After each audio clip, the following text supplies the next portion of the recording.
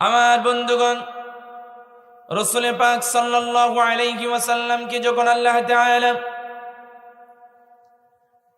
রজব মাসের কোন একটা দিনে, কোন একটা রাতে, কোন একটা রজনীতে হারাম শরীফ থেকে মসজিদ আকসা পর্যন্ত নিয়ে গেলেন, ওই মসজিদ আকসায় গিয়া আদম আলাইহিস সালাম থেকে ঈসা রূহুল্লাহ পর্যন্ত যত নবী রাসূল দুনিয়াতে এসেছিলেন, ওখান থেকে অনেকগুলো নবী রাসূলকে নিয়ে আল্লাহ তাআলা রাসূল পাক সাল্লাল্লাহু আলাইহি ওয়াসাল্লামের ইমামতিতে নামাজ পড়ালেন। সুবহানাল্লাহ বলেন। তাহলে নবী রাসূলদের ইমামও আমাদের বিশ্বনবী, জোরে বলেন আল্লাহু আকবার। তার মানে আল্লাহ এখানে আমাদেরকে একটা শিক্ষা দিলেন। আল্লাহর নবী হলেন সরদারুল আম্বিয়া, আল্লাহর নবী হলেন সাইয়্যিদুল মুরসালিন। সমস্ত পয়গম্বর, সমস্ত নবী রাসূলের ইমাম হচ্ছে আমাদের বিশ্বনবী মুহাম্মদ মুস্তাফা আহমদ মুজতবা সরকারে দু আলম, জুড়ে বলেন আল্লাহু আকবার। সবার সেরা নবী, শ্রেষ্ঠ নবী।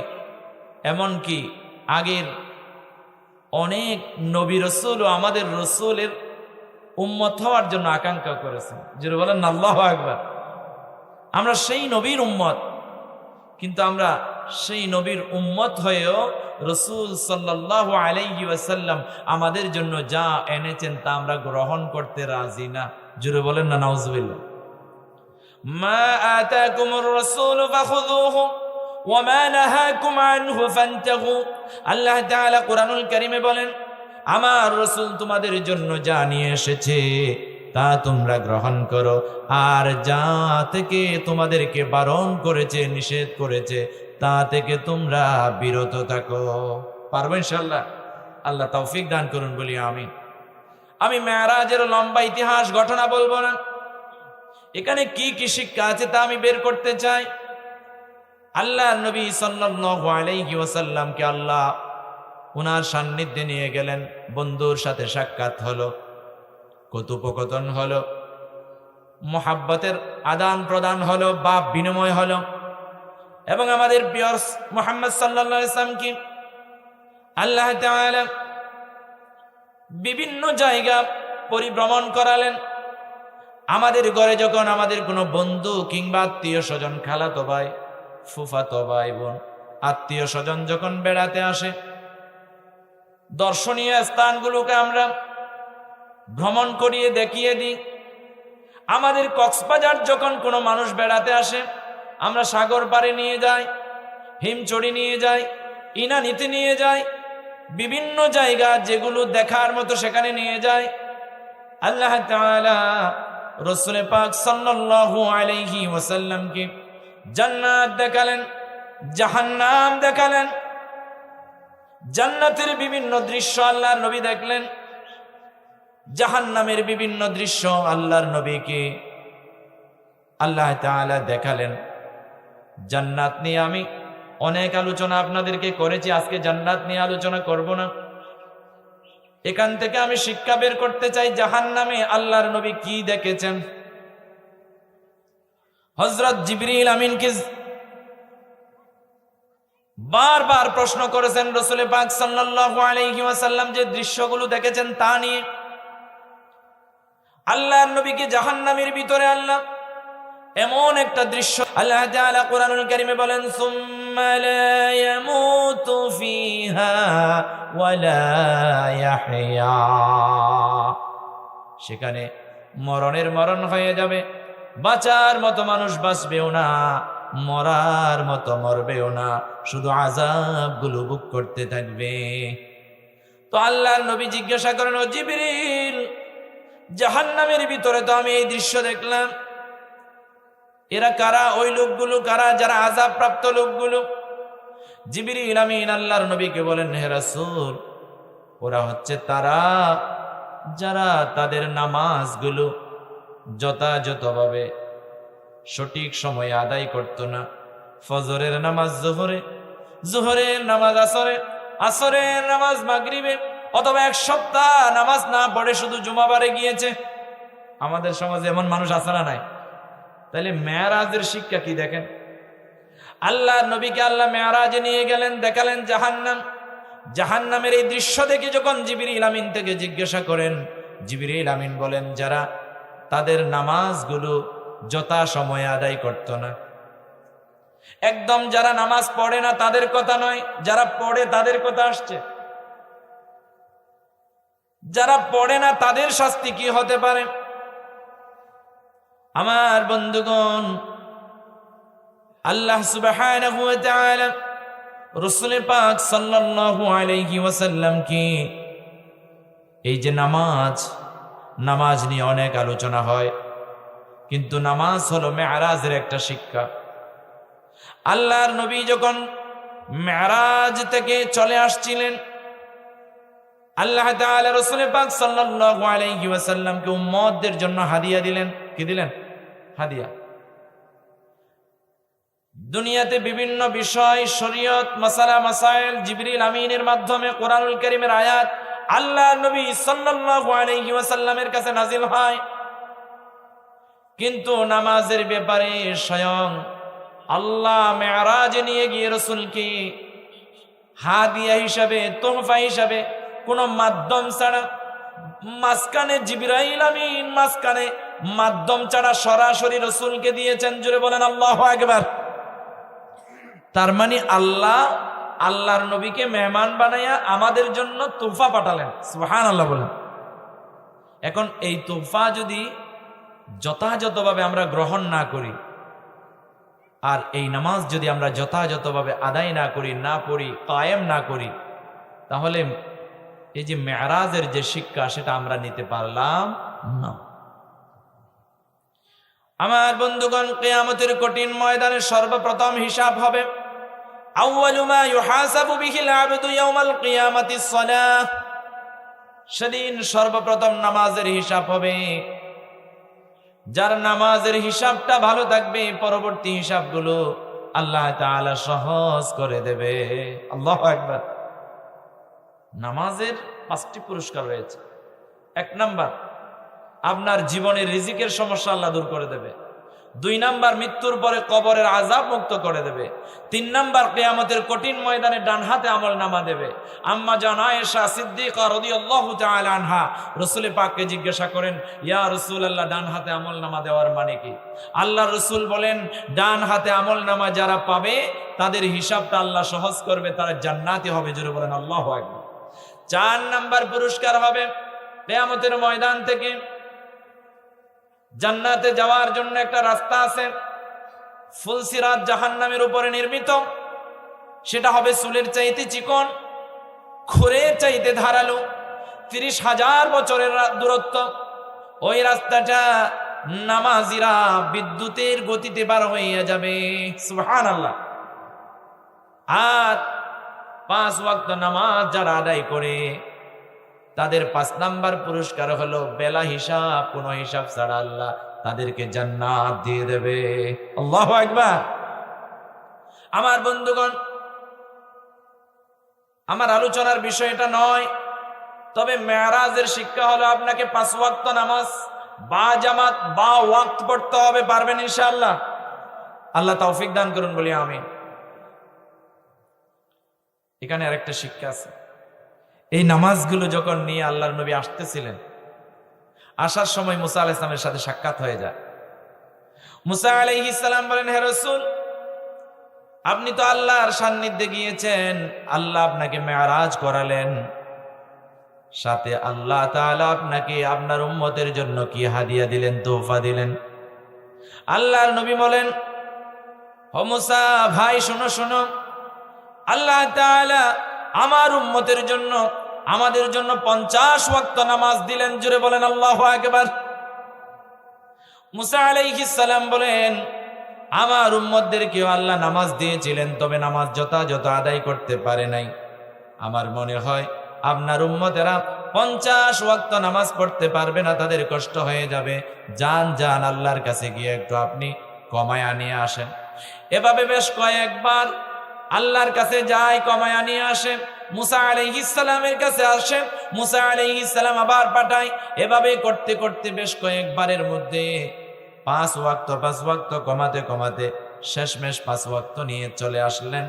মুসা আলাইহিস সালাম বলেন, হে রাসূল, এই 5 ওয়াক্ত নামাজও আপনার উম্মতের জন্য অনেক কঠিন হয়ে যাবে, কেউ কেউ এই 5 ওয়াক্ত নামাজও পড়তে পারবে না। যে কথা সেই কাজ। এখন আমরা অনেকেই 5 ওয়াক্ত নামাজ এটাও পড়তে পারি না। আল্লাহর নবীকে আবার বলেন, আপনি আল্লাহর কাছে যান, কমায়া নিয়ে আসেন। আল্লাহর নবী বলেন, না না, আমি আর যাইতে পারবো না।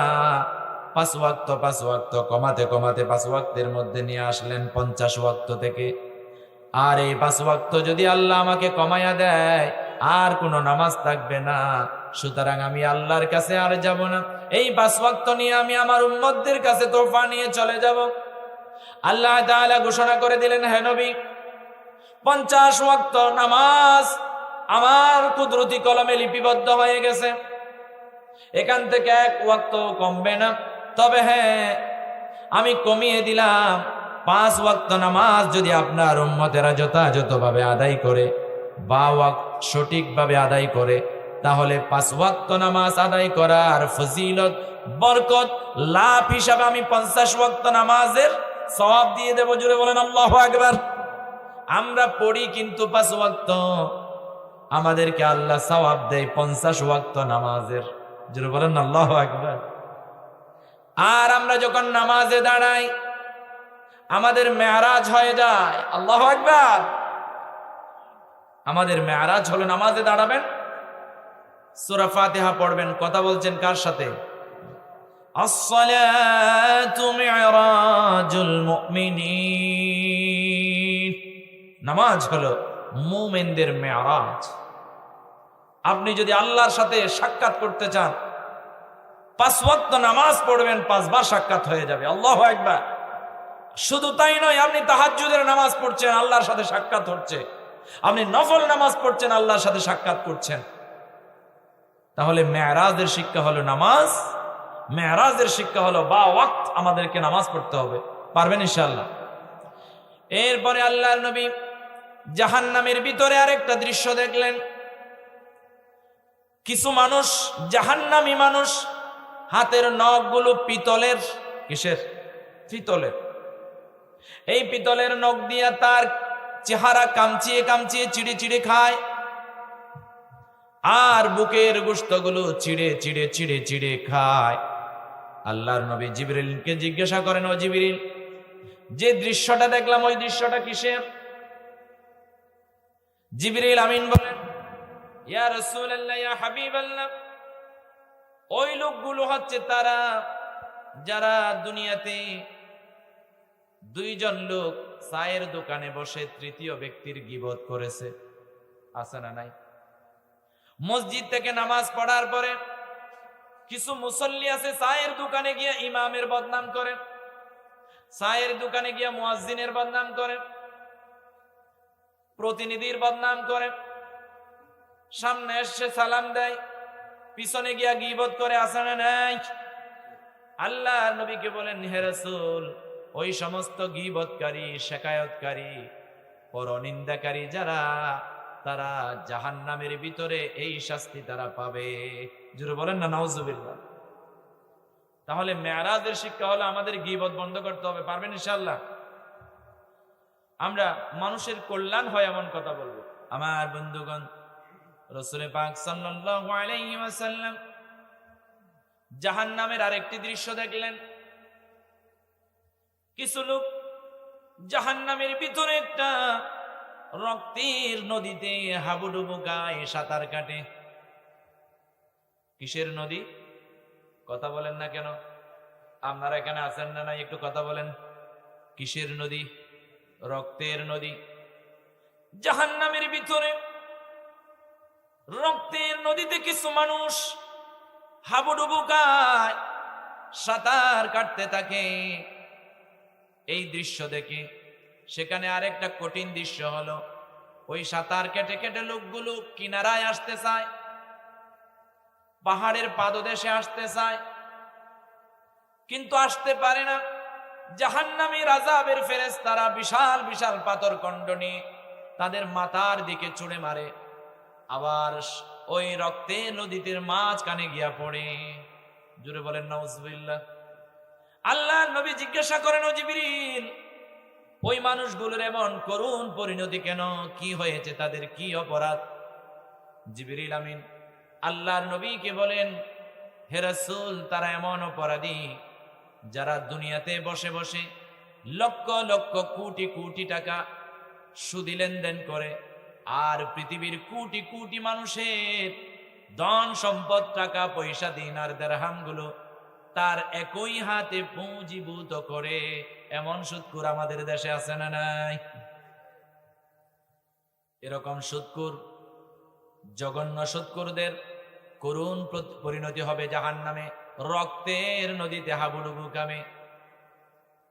আর তাদের ব্যাপারে আল্লাহর প্যারা হাবিব সাল্লাল্লাহু আলাইহি ওয়াসাল্লাম হাদিস শরীফে ঘোষণা করেন, লাআনা আকিলার রিবা ওয়া মুকিলাহু ওয়া শাহিদাইহি ওয়া কাতিবাহু ওয়া ক্বালাহুম সাওয়া।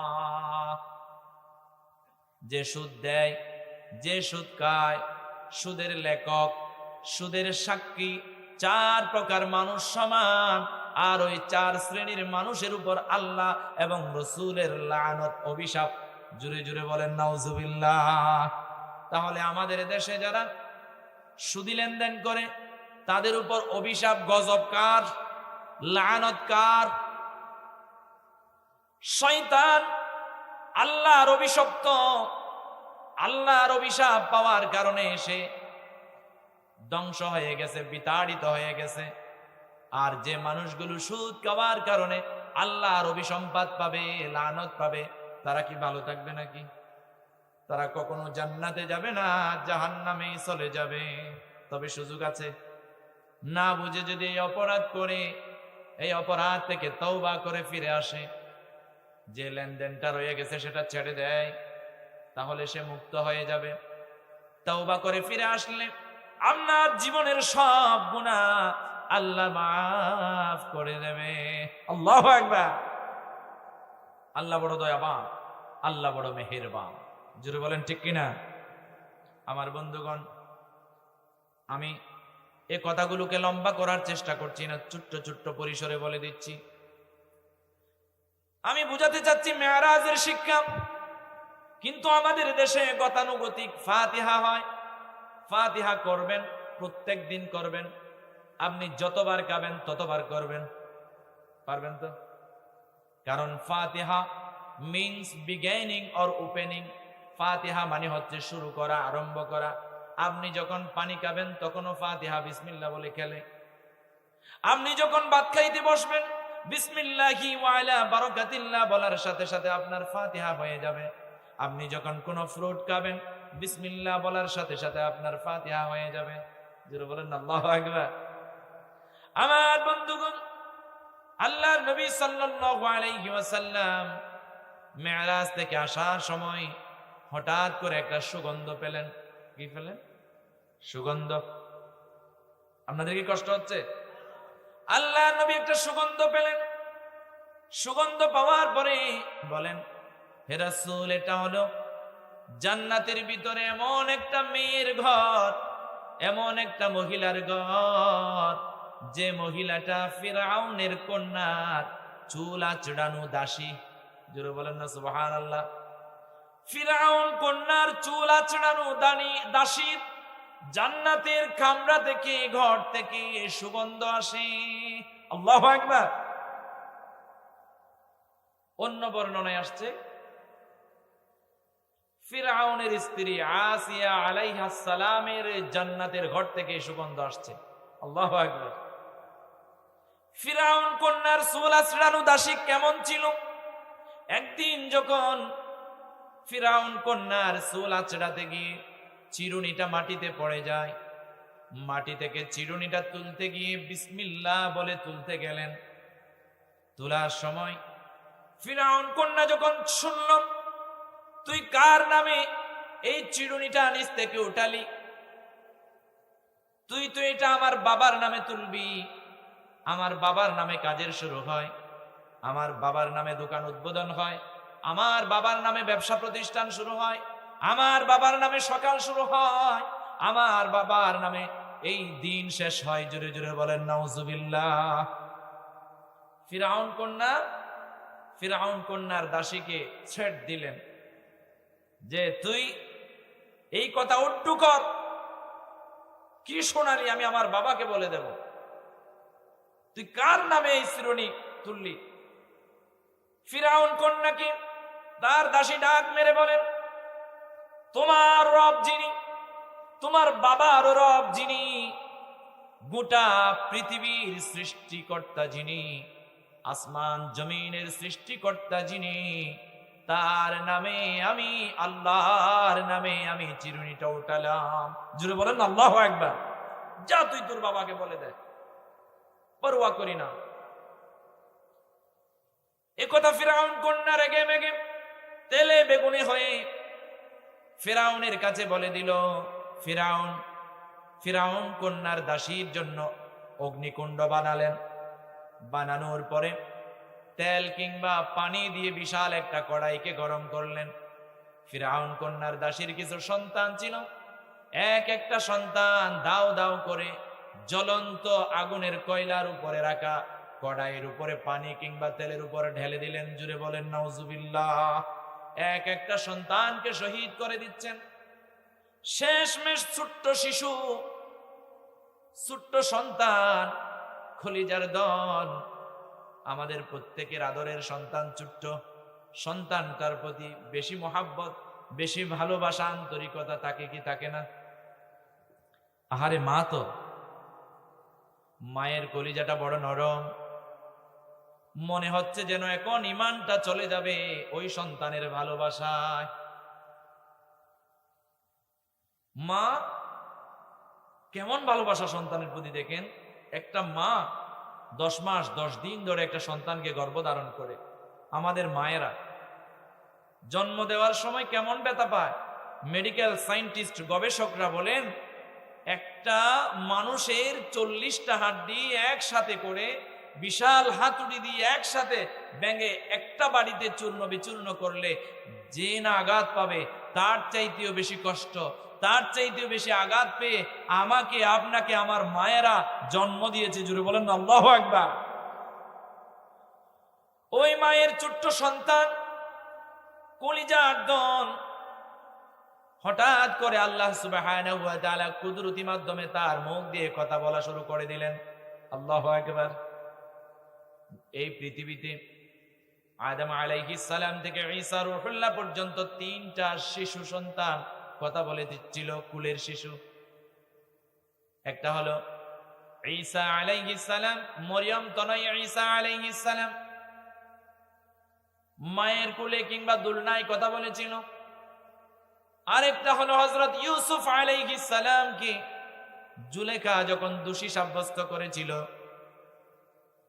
ইউসুফ আলাইহিস সালাম কে দোষী সাব্যস্ত করার সময় ইউসুফ আলাইহিস সালাম যখন জুলাইখার বন্দিখানা থেকে দৌড় মেরেছিল, তখন একটা সন্তান, শিশু সন্তান, দুলনায় থাকা সন্তান দেখেছিল।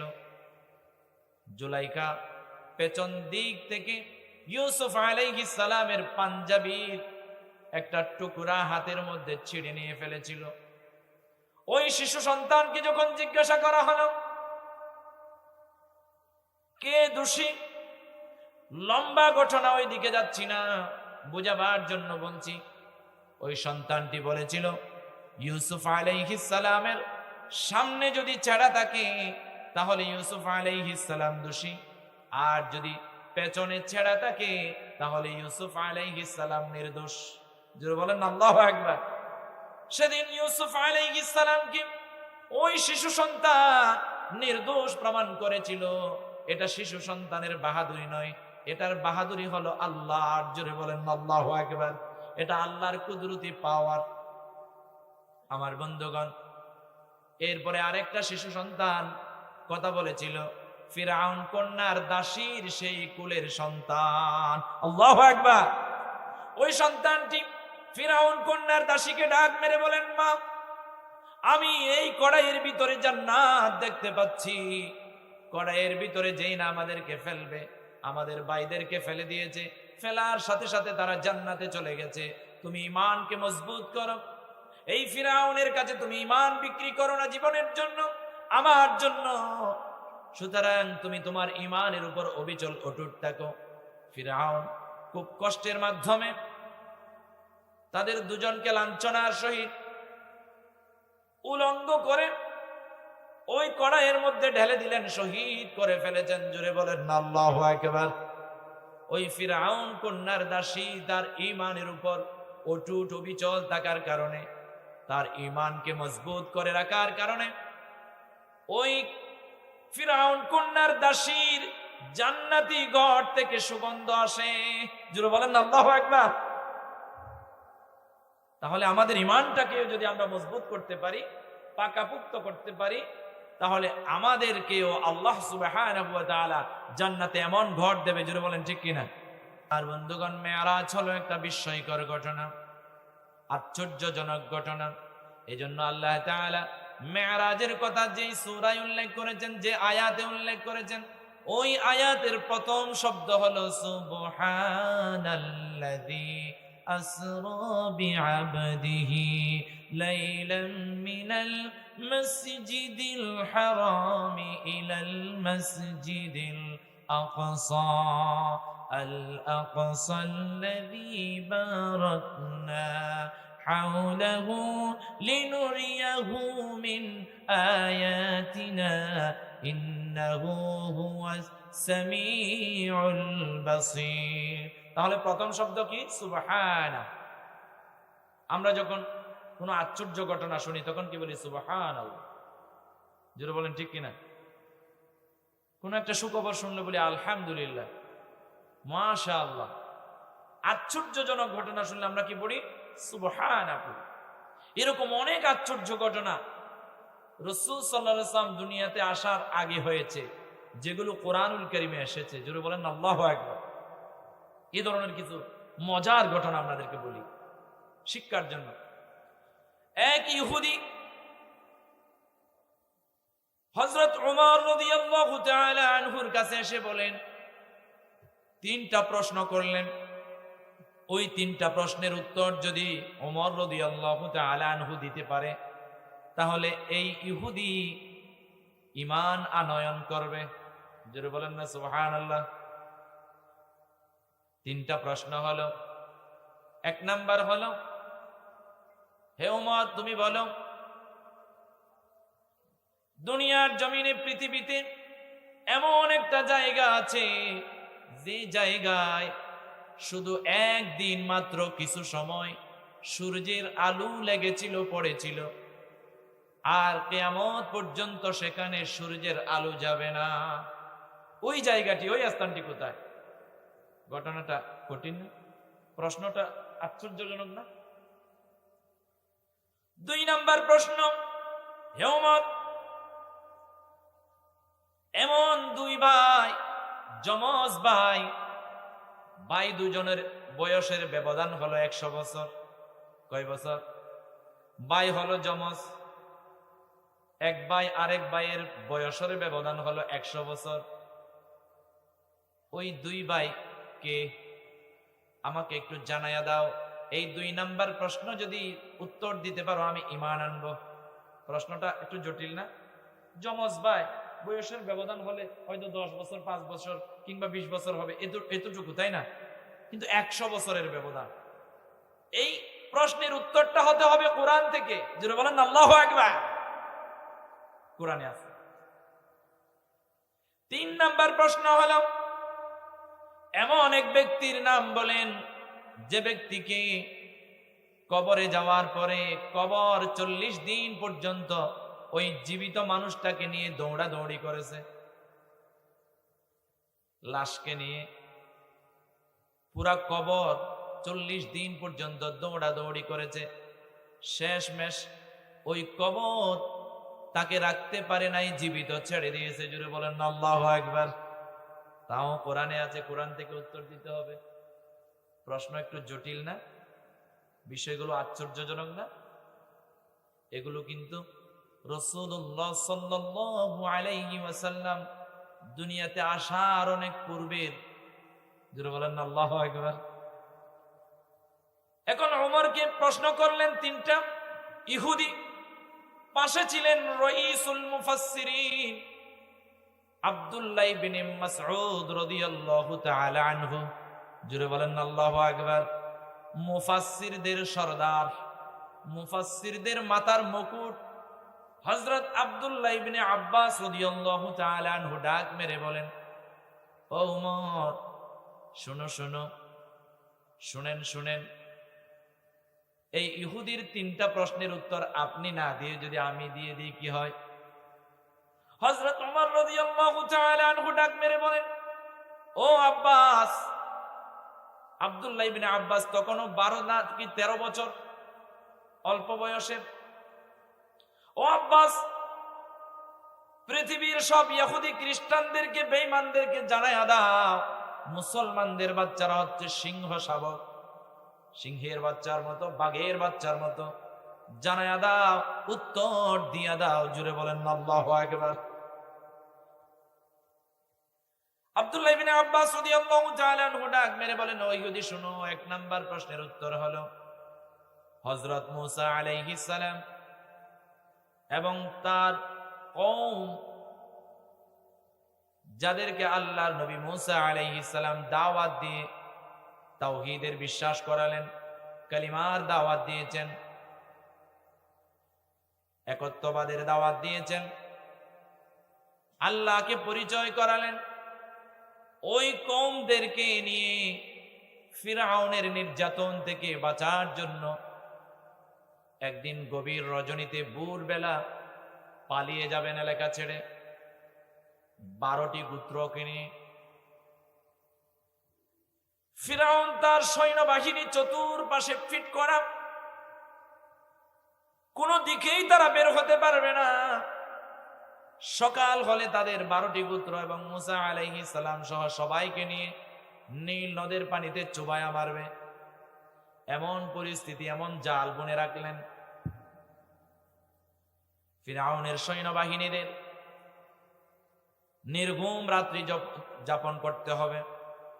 আর তো তখন আজান হতো না, সকালবেলা ঘুম ভাঙতো না, এজন্য কিছু মুরগের ডাক শুনে যেন ফজরের সকালটা হয়, এজন্য কিছু মুরগ রেডি করে রেখেছে।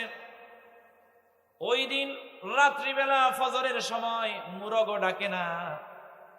আর ফিরআউনের সৈন্যবাহিনীর চোখের মধ্যে আল্লাহ এমন ঘুম ঢেলে দিলেন, মূসা আলাইহিস সালাম এবং তার কওম দল বল নিয়ে নীল নদের কিনারায় চলে গেলেন। জোরে বলেন আল্লাহু আকবার। এখন এই খবর কিছুক্ষণের মধ্যে ফিরআউনের কানে চলে গেল। কোন দিকে গেল? নীল নদের দিকে গেল।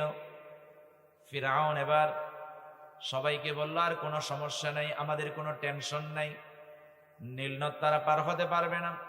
আজকে আমরা তাদের সবাইকে নীল নদের মধ্যে চুবায়া মারবো, চলো সবাই।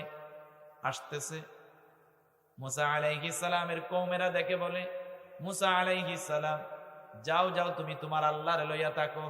নাউজুবিল্লাহ বলেন। কিছু হলেই বলতো, মূসা তুমি তোমার আল্লাহর লইয়া থাকো, আমরা গেলাম। কেমন জাতি দেখেন। আমাদেরকে হয় তোমার আল্লাহকে বাঁচাতে বলো, রক্ষা করতে বলো, কিছুক্ষণের মধ্যে আমাদেরকে ফিরআউন এসে তার সৈন্যবাহিনীরা নীল নদের মধ্যে চুবায়া মারবে। মূসা আলাইহিস সালাম আল্লাহর পানে সাহায্য চাইলেন। আল্লাহ তাআলা বলেন, ও মূসা, তোমার হাতে যে লাঠিটা আছে, ওই লাঠিটা নীল নদের মধ্যে ফেলে দাও। ফেলে দেওয়ার সাথে সাথে 12টি গোত্রের জন্য 12টি গ্রান্ড ট্রান রুট হয়ে গেছে, রাস্তা হয়ে গেছে। জোরে বলেন আল্লাহু আকবার। এটা কি যেমন তেমন কথা? মূসা আলাইহিস সালাম এবং তার কওমেরা 12টি গোত্র ওই রাস্তা দিয়ে পার হয়ে গেছে। আর ফিরআউন এবং তার সৈন্যবাহিনী নীল নদের কিনারায় এসে অবস্থা বুঝতে পারলেন। ফিরআউন তো অনেক জ্ঞানী লোক ছিল। ফিরআউন বুঝতে পারলো এটা আল্লাহর খেলা, আমি যদি এখানে নামি তাহলে আমার ছাড় নাই। আমি যে মূসা এবং তার কওমদেরকে পানিতে চুবাতে আসছি, অবশ্যই আল্লাহ আমাকে আজকে আমার দল বল নিয়ে চুবাবে। ফিরাউন নামতে চায় নাই, কিন্তু ফিরাউন যে ঘোড়ার উপরে সওয়ার হয়ে এসেছে, ওই ঘোড়ার কিছু দূর সামনে পানির ভিতরে নীল নদের মাঝে ওই রাস্তার ভিতরে একটা ঘূর্ণি দিলেন। কোন একটা পশু, ভিন্ন লিঙ্গের পশুর দিকে একটা নতুন পশু যদি দেখে, তার প্রতি লোবাতুর হয়ে যায়, তার পিছনে ছুটে। জোরে বলেন ঠিক কিনা? ফিরাউনের ঘোড়া দৌড় মারলো। ফিরাউন বলল, না না, আমি তো যেতে চাই না, কেন নিয়ে যাস? থাম থাম থাম। এখন ফিরাউনের ঘোড়া যখন দৌড় দেয়, তার পিছনে দল বল মনে করলো ফিরাউন যেহেতু যাচ্ছে, আমাদেরকেও সাথে যেতে হবে। ফিরাউনের দল বল এবং ফিরাউনকে আল্লাহ তাআলা নীল নদের মধ্যে চুবায়া মারলেন। যে পানিগুলোতে 12টি রাস্তা হয়ে গিয়েছিল, ওই রাস্তাগুলো আগের মতো পানির মধ্যে বিলীন হয়ে গেল। আব্দুল্লাহ ইবনে আব্বাস রাদিয়াল্লাহু তাআলা আনহু ডাক মেরে বলেন, ও ইহুদি শুনো, তোমার 1 নাম্বার প্রশ্নের উত্তর নাও। ওই যে নীল নদ, মুসা আলাইহিস সালাম এবং তার কওম 12টি গোত্রের জন্য 12টা রাস্তা হয়ে গিয়েছিল। ওই রাস্তার মধ্যে যেই না সকালবেলা রোদ পড়েছিল, সূর্যের আলো পড়েছিল, আর কখনো ওই নীল নদ শুকাবেও না। কিয়ামত পর্যন্ত নীল নদের ভিতরে আর সূর্যের আলো যাবে না। যিনি বলেন আল্লাহু আকবার। এখন ইহুদি অবাক হয়ে গেল। ইহুদি কিন্তু এই প্রশ্নের উত্তর জানে। এরপরে 2 নাম্বার প্রশ্ন, যে 2টা যমজ সন্তান, বয়সের ব্যবধান 100 বছর। কুরআনুল কারীমে আসছে 2 জন পয়গম্বর, একটা হচ্ছে উযরা, আরেকটা হচ্ছে উযাইর আলাইহিস সালাম। উযরা এবং উযাইর। উযাইরের নাম আপনারা কেউ শুনেছেন? আল্লাহ আল্লাহ আল্লাহ। ইতিহাস পড়ি না তো, কোরআন পড়ি না তো আমরা। যদি আমাদের দেশের কোন যুবককে বলা হয় ইন্ডিয়ান ফিল্ম স্টারদের নাম বলো, তার 14 গোষ্ঠীর নাম বলে দেবে। জোরে বলেন ঠিক কিনা? আহা, আল্লাহ আমাদেরকে কোরআন পড়ার, কোরআন বুঝার, ইতিহাস পড়ার তৌফিক দান করুন বলি আমিন। আমার বন্ধুগণ, হযরত উযাইর আলাইহিস সালাম একদিন ইহুদিকে প্রশ্নের উত্তর দিচ্ছে। উযাইর আলাইহিস সালাম একদিন একটা ধ্বংসস্তূপ দিয়ে যাচ্ছিলেন। যাওয়ার সময় ওই ধ্বংসস্তূপের দিকে তাকায়া একদম নৈরাশ হয়ে গেছে। যে গাধাটি নিয়ে, যে ব্যাগ তলেটে নিয়ে দ্বীনের দাওয়াত দিতে যাচ্ছিলেন, ওই গাধাটাকে একটা গাছের মধ্যে বেঁধে থলেটা পাশে রেখে বসে গেল। আল্লাহকে জিজ্ঞাসা করেন, আল্লাহ, আমি তো বিশ্বাস করি মৃত্যুর পরে মানুষকে তুমি আবার জীবন দিবা। সুবহানাল্লাহ বলেন। মানুষকে আবার পুনরুত্থান ঘটাবা, কবর থেকে মানুষগুলারে তুলবা, কিয়ামত সংগঠিত হবে। মাটির ভিতরে থাকা আদম আলাইহিস সালাম থেকে ঈসা রূহুল্লাহ পর্যন্ত যত নবী রাসূল ছিল, যত কওম ছিল, যত জাতি ছিল, যত মানুষ ছিল, সবারে তুমি তুলবা। আমার বিশ্বাস হয়, কিন্তু তুমি কিভাবে মৃতকে জীবিত করো, জীবিতকে মৃত করো, আবার কিভাবে লক্ষ লক্ষ কোটি বছর পরে তুলবা, এটা আমার একটু দেখতে মন চায়, ইতমিনানের জন্য, প্রশান্তির জন্য আল্লাহ। তবে আমি সব বিশ্বাস করি। সুবহানাল্লাহ বলেন। আল্লাহ তাআলা উযাইর আলাইহিস সালামকে বুঝাবার জন্য, তার ঈমানটা আরো বেশি পাকাপোক্ত করার জন্য ওনার কানে ঘুম ঢেলে দিলেন, চোখে ঘুম দিয়ে দিলেন। জিজ্ঞাসা করতে পারেন, হুজুর কানে কেন ঘুম ঢেলে দিলেন? কোন মানুষ যতক্ষণ পর্যন্ত তার কানটা যতক্ষণ না বন্ধ হবে, ততক্ষণ কোন মানুষের ঘুম হয় না। জোরে বলেন ঠিক কিনা? আপনি ঘুমের ভান করে আছেন, চোখ বন্ধ করছেন, ঘুম হয়েছে না। কানটা যখন বন্ধ হবে তখন ঘুম। এজন্য আল্লাহ তাআলা উযাইর আলাইহিস সালামের কানের মধ্যে ঘুম ঢেলে দিলেন। কোরআনের কথা বলছি, খারাপ লাগতেছে আপনাদের? ইহুদির প্রশ্নের জবাব দিচ্ছে আব্দুল্লাহ ইবনে আব্বাস রাদিয়াল্লাহু তাআলা আনহু। এই 3টি প্রশ্নের উত্তর পেয়ে ইহুদি ঈমান আনবে। যদি বলেন আল্লাহু আকবার। উযাইর আলাইহিস সালাম ঘুমিয়ে পড়লেন। আল্লাহ তাআলা উনাকে এমন ভাবে ঘুম পাড়াইয়া দিলেন, 100 বছর পরে ঘুম থেকে জাগ্রত করলেন। কয়শো বছর? আচ্ছা বলেন তো, কোন মানুষ যদি 100 বছর ঘুমায়, ওই মানুষটা পিঁপড়া পোকামাকড় এসে খেয়ে ফেলবে না? আল্লাহ তাআলা এমন ভাবে কুদরতি মাধ্যম দিয়ে ওই গাছের কিনারায় তাকে ঘুম পাড়ালেন। কোন পশু পাখি, কোন পোকামাকড় তাকে গ্রাস করে নাই। যেমন কাপড় পরেছিল তেমন কাপড় রয়ে গেছে, যেমন থলে ব্যাগ নিয়েছিল তেমন থলে রয়ে গেল। আর ব্যাগের মধ্যে যে ফলমূলগুলো খাবার জন্য নিয়েছিল সব কিছু রয়ে গেল। আর যে গাধাটি গাছের সাথে বেঁধেছিল, ওই গাধাটা পচে গলে হাড্ডি গুড্ডি গুলো কিছু মাটির ভিতরে আর কিছু উপরে। সুবহানাল্লাহ বলেন।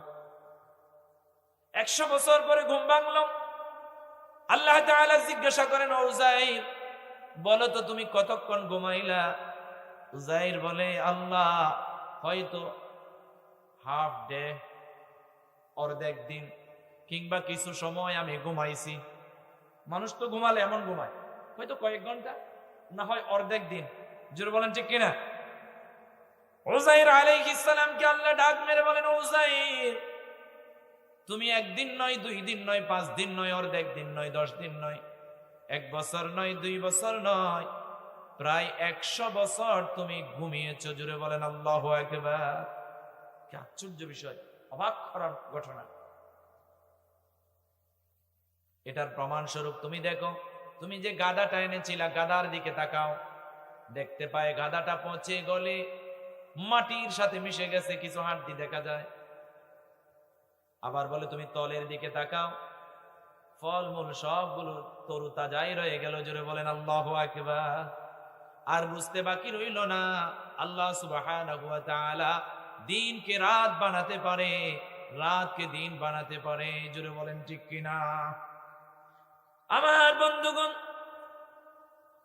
উযাইর আলাইহিস সালামের ঈমানকে আরো একটু পাকাপোক্ত করার জন্য আল্লাহ তাআলা বলেন, ও উযাইর, তুমি দেখো, তুমি ওই যে গাধাটা যেখানে বেঁধেছিল, ওই গাধার দিকে তাকাও। ওই গাধাটা কেমন ভাবে নিজে নিজে গাধা হয়ে যায়। হাড্ডি গুড্ডি গুলো এক একটার সাথে জোড়া লেগে যাচ্ছে। মাটি ভেদ করে যে হাড্ডিগুলো মাটির ভিতরে চলে গিয়েছিল, ওই হাড্ডিগুলো আবার উঠতে শুরু করেছে। অটোমেটিক্যালি চামড়া হয়ে যায়, গোশত হয়ে যায়, একটা গাধাতে রূপান্তরিত হয়ে যায়। জোরে বলেন আল্লাহু আকবার। উযাইর আলাইহিস সালাম আল্লাহর কুদরতি পায়ের মধ্যে সিজদা করলেন। উযাইর আলাইহিস সালামের ঈমানটা আরো বেশি পাকাপোক্ত হয়ে গেল। আমার বন্ধুগণ, ইহুদিকে ডাক মেরে বলেন, আব্দুল্লাহ ইবনে আব্বাস রাদিয়াল্লাহু আনহু ডাক মেরে বলেন, ও ইহুদি, 2 নাম্বার প্রশ্নের জবাব পাইছনি? বলে যে হ্যাঁ। এবার 3 নাম্বার প্রশ্নের জবাব শুনো। একজন মানুষ, তাকে তার কবর লাশ সহ 40 দিন পর্যন্ত ঘোরাঘুরি করে শেষমেশ জীবিত ফেরত দিল। ওই প্রশ্নের উত্তর নাও। আমাদের একজন পয়গম্বর ছিল, নবী ছিল, হযরত ইউনূস আলাইহিস সালাম। জোরে বলেন ঠিক কিনা? দোয়া ইউনূস আমরা পড়ি কি পড়ি না? একটু পড়েন, লা ইলাহা ইল্লা আনতা সুবহানাকা ইন্নী কুনতু মিনাজ জালিমিন। জোরে বলেন আল্লাহু আকবার। হযরত ইউনূস আলাইহিস সালামকে আল্লাহ তাআলা একটা কওমের উপরে প্রেরণ করেছিল, নবী হিসাবে পাঠিয়েছিল। কওমকে তাওহীদের দাওয়াত দেয়, ডানে বললে বামে যায়, বামে বললে ডানে চলে যায়। দাওয়াত দিতে দিতে অনেক দিন ধরে দাওয়াত দিলেন, কিন্তু তারা দাওয়াত গ্রহণ করে না। আল্লাহ সিদ্ধান্ত নিলেন, ওই জাতির উপরে আল্লাহ গজব দিয়া দেবে। হযরত ইউনূস আলাইহিস সালাম জানার পরে এই জাতিকে, ওই কওমকে ছেড়ে পালিয়ে যাচ্ছিলেন গন্তব্যহীন ভাবে সাগর পথে। পানির জাহাজে উঠে পড়লেন। পানির জাহাজ চলতেছে আর চলতেছে। কিছুক্ষণের মধ্যে সাগরের মধ্যে ওখানে তুফান শুরু হয়ে যায়, বড় বড় ঢেউ আসা শুরু করে। নাবিক বলে উঠল, আমাদের জাহাজে কোনো একজন মানুষ হয়তো তার পরিবার ছেড়ে এসেছে কিংবা তার কওমকে ছেড়ে এসেছে, বের করতে হবে। টর্চ দেওয়া শুরু করেছে। হযরত ইউনূস আলাইহিস সালাম বলেন, টর্চ দিতে হবে না। ও নাবিক ভাই, শোনো শোনো, আমি আমার কওমকে ফেলে চলে আসতেছিলাম, এই কারণে আমাকে ফেলে দাও। সাথে সাথে নাবিকরা ধরে ইউনূস আলাইহিস সালামকে সাগরের মধ্যে ফেলে দিলেন। সাগরের মধ্যে ফেলে দেওয়ার সাথে সাথে ইউনূস আলাইহিস সালামকে সাগরের বিশাল একটা মাছ এসে ইউনূস আলাইহিস সালামকে খেয়ে ফেলে, গ্রাস করে ফেলে। সুবহানাল্লাহ বলে।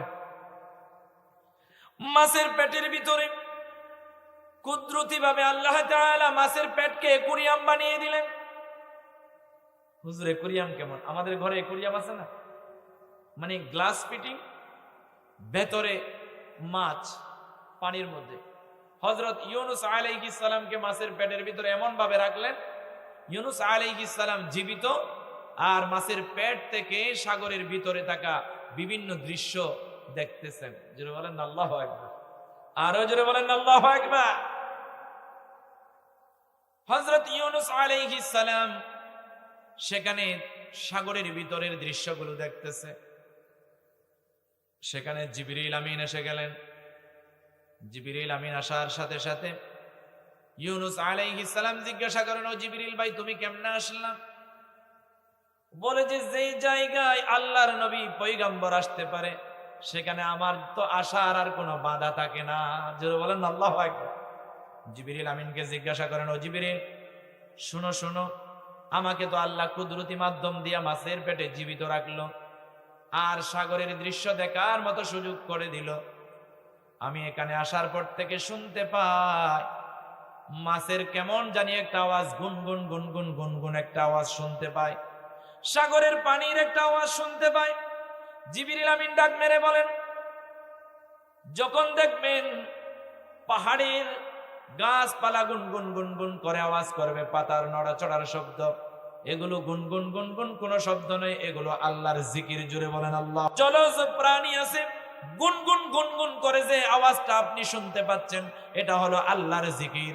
সুতরাং ও ইউনূস আলাইহিস সালাম, আর দেরি করার সুযোগ নাই, আপনিও জিকির শুরু করে দেন। লা ইলাহা ইল্লা আনতা সুবহানাকা ইন্নী কুনতু মিনাজ জালিমিন।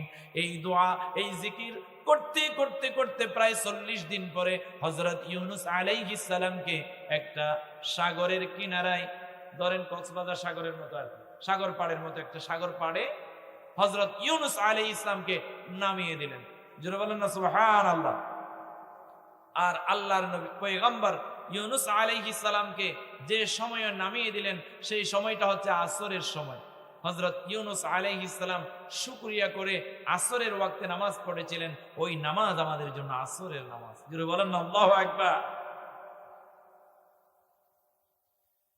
হযরত আব্দুল্লাহ ইবনে আব্বাস রাদিয়াল্লাহু তাআলা আনহু ইহুদিকে বলেন, ও ইহুদি, শোনো শোনো, কয়টা প্রশ্নের উত্তর পেলা? বলে যে 3টা প্রশ্নের উত্তর পেয়ে গেলাম, সব কিন্তু কোরআনে আছে। জোরে বলেন আল্লাহু আকবার।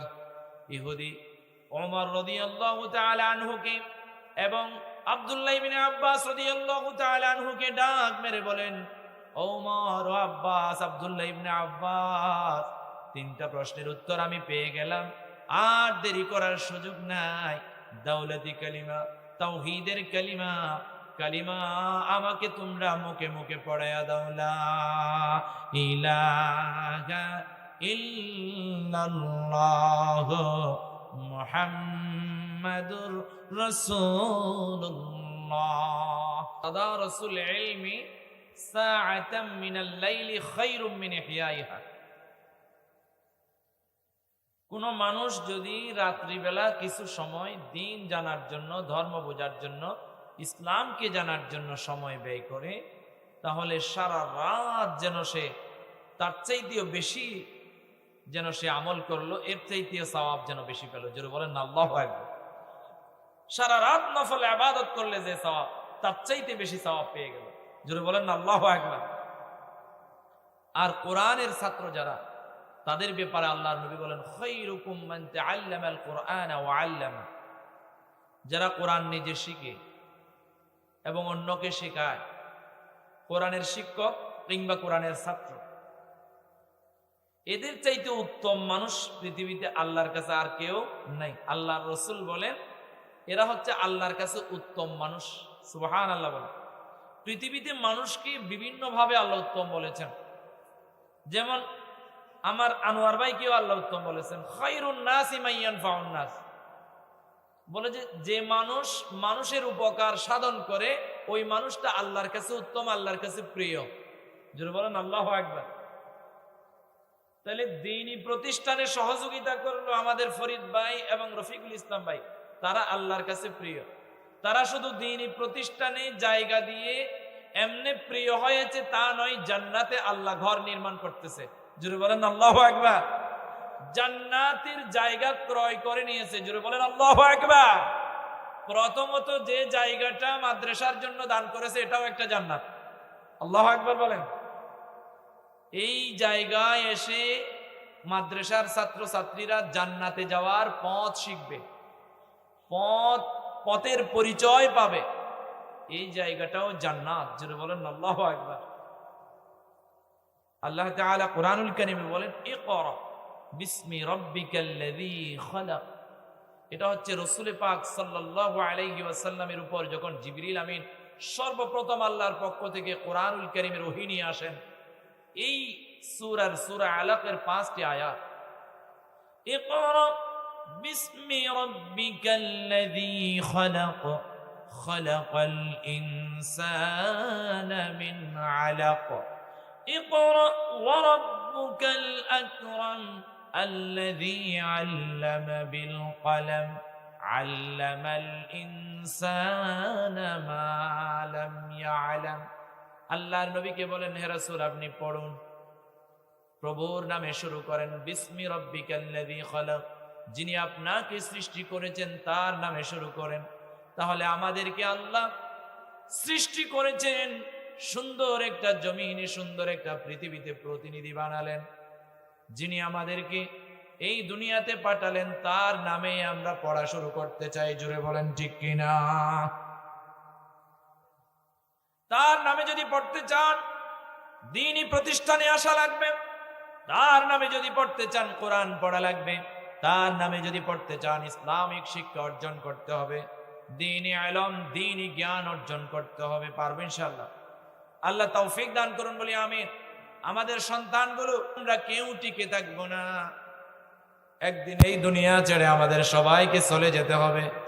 আপনার দাদা চলে যায়, আপনার মা চলে যায়, বাবা চলে যায়, একদিন এভাবে আমাদের কেউ চলে যেতে হবে। কেউ টিকে থাকতে পারবো না। ফিরআউন টিকে থাকতে পারে নাই, নমরুদ টিকে থাকতে পারে নাই। আমার বন্ধুগণ, দুনিয়ার বড় বড় সিংহ পুরুষগুলো বেঁচে থাকতে পারে নাই।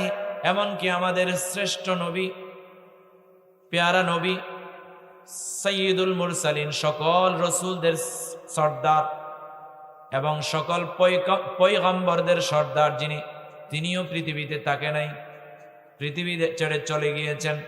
যদিও হায়াতুন নবী যেখানে আছেন সেখানে জীবিত রেখেছেন আল্লাহ। জোরে বলেন আল্লাহু আকবার। কিন্তু একদিন আমাদেরকে এই ইহদম ত্যাগ করে আমাদেরকে চলে যেতে হবে। এই দুনিয়া ছেড়ে আমাদের চলে যেতে হবে। এই পৃথিবী ত্যাগ করে আমাদের একদিন চলে যেতে হবে, থাকতে পারবো না। কিন্তু এমন কিছু কাজ আমরা করে যাই।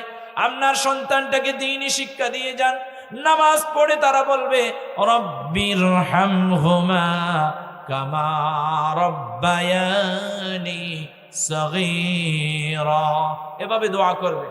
অথচ আমরা সবাই জান্নাত তালাশ করি, সবাই জাহান্নাম থেকে বাঁচতে চায়। আল্লাহর নবী বলেন মা রাআইতু মিসলান নারি না মাহারিবুহা ওয়ালা মিসলাল জান্নাতি না মাতালিবুহা। আমি জাহান্নামের মতো কঠিন দৃশ্য আর দেখি নাই। ওই জাহান্নাম থেকে যারা বাঁচতে চায় তারাও ঘুমায়, আর যারা জান্নাতে যেতে চায় তারাও ঘুমায়, জোরে বলেন ঠিক কিনা? এই ঘুম আমাদের ভাঙতে হবে। জাহান্নামের দৃশ্যগুলো দেখেন একটু। জাহান্নামে কেমন কেমন আযাব হবে জানেন? এক নাম্বার আযাব হলো আপনার মাথার উপরে জাহান্নামের আগুন দিয়া গরম করা, ধাউ ধাউ করে জ্বলন্ত আগুন দিয়া গরম করা পানি দিয়ে আপনার উপরে ডালবে। একটু চিন্তা করে দেখেন, জাহান্নামের আগুনগুলা দুনিয়ার আগুনের মতো নয়। আল্লাহর নবী বলেন জাহান্নামের আগুন দুনিয়ার আগুনের চাইতেও 70 গুণ বেশি তেজ। সুবহানাল্লাহ বলেন। ওই আগুনগুলারে আল্লাহ প্রথমে 1000 বছর পোড়ালেন, পোড়ায়া লাল করে ফেললেন। পরবর্তীতে 1000 বছর পোড়ালেন, এটাকে সাদা করে ফেললেন। পরবর্তীতে 1000 বছর পোড়ালেন, প্রায় 3000 বছর পোড়ায়া আল্লাহ তাআলা জাহান্নামের আগুনকে কালো করে ফেলেছেন। কি করে ফেলেছেন? কালো করে ফেলেছেন। ওই জাহান্নামের আগুনের ভিতরে হাজার হাজার লক্ষ লক্ষ মানুষ, কোটি কোটি মানুষ আযাব ভোগ করবে। একজন এক এক ধরনের আযাব ভোগ করবে, কেউ কাউকে দেখবে না, চিৎকার চেঁচামেচি করবে, জোরে বলেন নাউজুবিল্লাহ। সেখানে জাহান্নামে আরেক ধরনের আযাব আছে, রক্ত এবং পুঁজ। রক্ত, শরীরের পুঁজ। আপনার একটা ফুড়া উঠেছে, ওই ফুড়ার পুঁজগুলো বের করে আপনি খাইতে পারবেন কখনো? বমি আসবে, তাকাইলেও তো বমি আসে, জোরে বলেন ঠিক কিনা? ওগুলো আপনাকে খাওয়ানো হবে। জাহান্নামে অগ্নি নির্মিত আগুনের কুড়েঘর, উপরে আগুন, নিচে আগুন, ডানে আগুন, বামে আগুন। কুড়েঘর তো বুঝেন, ছোট্ট একটা ঘর। ওই ঘরে ধরেন কুড়েঘর মানে ডান দিকে হাত দিলে দেওয়াল পাওয়া যায়, বাম দিকে হাত দিলে দেওয়াল পাওয়া যায়, উঠলে মাথা লেগে যায়, আর নিচে যেমন তেমন একটা বিছানা। ওই কুড়েঘরের দেওয়ালও হবে আগুনের, উপরে আগুন, নিচে আগুন, চতুর্দিকে আগুন। জাহান্নামের একটা আযাব আছে, জাহান্নামের আগুনে নির্মিত কুড়েঘরে আপনাকে থাকতে হবে। ওখান থেকে বাঁচার দরকার আছে না নাই? জাহান্নামে আরেকটা আযাব হলো বিশাল বিশাল সর্প, সাপ, বিষাক্ত সাপ। দুনিয়াতে রাতের অন্ধকারে কোনা ব্যাংলা পাইলে কোনা ব্যাঙের চাইতে আপনি বেশি লাপান দেন।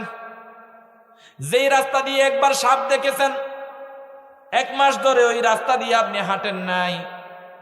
জাহান্নামের ভিতরে বিশাল বিশাল বিষাক্ত সাপ আপনাকে পেঁচিয়ে পেঁচিয়ে সুবল মারবে, জোরে বলেন না নাউজুবিল্লাহ। আর হরেক প্রকারের শাস্তি জাহান্নামে অপেক্ষমান, সেখান থেকে বাঁচার দরকার আছে না নাই? যদি বাঁচতে চায়, দ্বীনি শিক্ষার কোনো গুরুত্ব, দ্বীনি শিক্ষার গুরুত্ব ছাড়া আর কোনো উপায় নাই। আপনাকে দ্বীনি শিক্ষার গুরুত্ব দিতে হবে। আপনার সন্তানকে আপনার নামাজের শিক্ষা দিতে হবে, দ্বীন শিখাইতে হবে। মা কি জিনিস শিখাইতে হবে, বাবা কি জিনিস শিখাইতে হবে, প্রতিবেশী কি জিনিস শিখাইতে হবে, আপনার সমাজ কি জিনিস শিখাইতে হবে, ইসলাম কি জিনিস শিখাইতে হবে, কোরআন কি জিনিস জানতে হবে। কোথায় জানবে সেটা? দারুত তাকওয়া মাদ্রাসায় জানবে, জোরে বলেন ঠিক কিনা? আপনি শুধু নিজে বিদেশ গিয়া ব্যবসা কইরা, চাকরি কইরা, সরকারি চাকরি নিয়া টাকা কামাবেন আর খাবেন, ঘুমাবেন, বিল্ডিং এ থাকবেন, এটা চলবে না। আপনাকে নিজের জন্য কাজ করতে হবে, নিজের জন্য, দুনিয়াতে টিকে থাকার জন্য, এবং দুনিয়া থেকে বিদায় হলে পরকালে শান্তি পাবার জন্য আপনাকে কাজ করতে হবে। আর আপনার মায়ের জন্য, আপনার বাবার জন্য, আপনার ভাইয়ের জন্য, আপনার বোনের জন্য, আপনার প্রতিবেশীর জন্য, আপনার আত্মীয় স্বজনের জন্য, আপনার দেশের জন্য, আপনার দশের জন্য, আপনার জাতির জন্য আপনাকে কাজ করা লাগবে, তবে আপনি ইমানদার, জোরে বলেন ঠিক কিনা? আল্লাহ আমাদেরকে বুঝার, আমল করার তৌফিক দান করুন বলি আমিন। হালাল খাবেন, হারাম থেকে দূরে থাকবেন। আল্লাহর নবী বলেন, মান আকালা তাইয়িবান, যে ব্যক্তি হালাল খায়, ওয়া আমিলা ফি সুন্নাতিন, আর রাসূলের সুন্নাহ মতো জীবন যাপন করে, ওয়া আমিনান নাস বাবাইকাহু দাখালাল জান্নাহ, যে ব্যক্তির হাত মুখ তার দুর্নীতির কলম থেকে মানুষ নিরাপদ থাকে, ওই মানুষগুলো, ওই 3টা আমল করনেওয়ালা মানুষ, 1 নাম্বার হালাল খাবে, 2 নাম্বার রাসূলের সুন্নাহ মোতাবেক জীবন যাপন করবে, 3 নাম্বার আপনার হাত, আপনার মুখ থেকে মানুষ নিরাপদ থাকবে। আপনি মানুষকে শান্তির ঠিকানা ধরিয়ে দেবেন, অশান্তির বাগান করবেন না, শান্তির ঠিকানা ধরিয়ে দেবেন। আল্লাহ সুবহানাহু ওয়া তাআলা আপনাকে সহজভাবে জান্নাত দিয়ে যাবে। জোরে বলেন না আল্লাহু আকবার। আমার বন্ধুগণ, দ্বীনি প্রতিষ্ঠানে দান করলে আমাদের তো রাত দিন 24টা ঘন্টা দান করতে হবে। দান করলে কি ফজিলত! আল্লাহ তাআলা বলেন, আল্লাযীনা ইউনফিকুনা আমওয়ালাহুম বিল-লাইলি ওয়ান-নাহারি সিররান ওয়া আলানিয়াতান ফালাহুম আজরুহুম ইনদা রাব্বিহিম ওয়ালা খাউফুন আলাইহিম ওয়ালা হুম ইয়াহজানুন। জোরে বলেন আল্লাহু আকবার। যারা দিনে এবং রাতে, গোপনে প্রকাশ্যে যারা আল্লাহর রাস্তায়, দ্বীনের রাস্তায় দান করে, ওই মানুষগুলোর জন্য পুরস্কার রয়েছে কার কাছে? আরো জোরে বলেন, কার কাছে? আল্লাহ বলেন, লাহুম আজরুহুম ইনদা রাব্বিহিম, তাদের জন্য পুরস্কার হলো আল্লাহর নিকট। ওয়ালা খাউফুন আলাইহিম ওয়ালা হুম ইয়াহজানুন, তাদের কোনো ভয় থাকবে না দুনিয়াতে, তাদের কোনো ভয় থাকবে না কবরে, তাদের কোনো ভয় থাকবে না পরকালে, তাদের কোনো ভয় থাকবে না ফুলসিরাতে, তাদের কোনো ভয় থাকবে না কিয়ামতের মাঠে। জোরে বলেন না আল্লাহু আকবার।